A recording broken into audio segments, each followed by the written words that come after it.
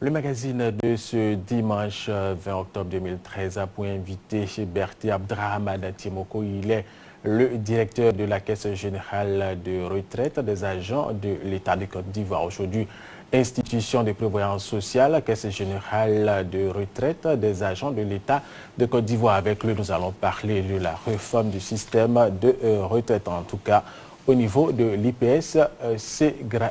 Monsieur Berti, merci d'avoir accepté notre invitation, l'invitation de RTI. Présentez-nous l'IPS SEGRAE et puis combien de retraités de la fonction publique il y a actuellement en Côte d'Ivoire. Merci.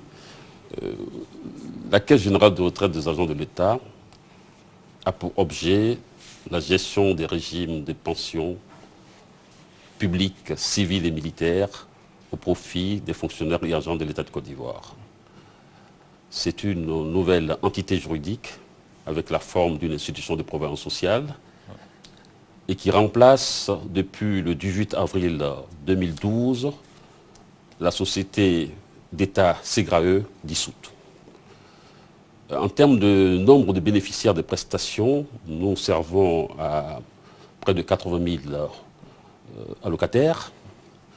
Et dans ce nombre, il faut compter près de 47 227 fonctionnaires retraités effectivement, puisque touchant la pension directe. Donc voilà un peu les chiffres. Très bien, M. Berti. Alors par le passé, on disait tout simplement SEGRAE. Pourquoi ce changement IPS SEGRAE désormais? L'IPS SEGRAE constitue un volet de la réforme, qui est le volet juridique. Alors, je parlais tout à l'heure de l'institution de prévoyance sociale. Il faut savoir que les institutions de prévoyance sociale ont un cadre juridique, un cadre organique qui les crée. Et donc, dorénavant, nous sommes IPS. Et donc, c'est un statut juridique qui est plus conforme à notre vocation sociale. Mais ce n'est qu'un aspect de la réforme. Parce que les objectifs de la réforme, principalement, sont, premièrement, d'assurer le paiement de la pension de retraite aux retraités le mois suivant la cessation de son activité. Très bien, nous allons arriver aux objectifs tout à l'heure. Faites-nous l'état. Depuis combien de temps est-ce que vous êtes à la tête de cette institution? Je suis à la tête de l'institution depuis le 8 mars 2012. Environ un an et demi. Alors, rapidement, l'état des lieux avant votre prise de fonction. L'état des lieux, disons que la situation était caractérisée par un déficit important au plan financier et pour le retraité fonctionnaire par un véritable parcours du combattant avec des délais d'attente de longs mois, voire des années, pour pouvoir bénéficier de sa première pension de retraite. C'était donc une situation hautement préoccupante et il fallait urgemment prendre des mesures correctives pour que l'IPS SEGRAE soit dorénavant une institution qui puisse servir des prestations conformes dans les meilleurs délais aux assurés sociaux. Alors, depuis que vous êtes là, qu'est-ce que vous avez fait? Qu'est-ce que j'ai fait? Je vous le disais tantôt, avant, les délais étaient très longs. 6 mois, voire des années, pour que le pensionné puisse bénéficier de sa pension de retraite. Aujourd'hui, ces délais se sont notablement améliorés. Nous traitons aujourd'hui des dossiers de pension reçus en moins de 30 jours. Nous avons trouvé sur place des stocks de dossiers en instance, près de 6 000 que nous avons apurés en moins d'une année de travail. Pour les dossiers pour lesquels les traitements n'ont pas pu être faits, nous avons pris la peine, puisque nous sommes dans une relation avec nos clients, de les informer sur les éléments manquants de leur dossier pour que des compléments puissent être apportés et qu'ils puissent être satisfaits par rapport à leurs droits.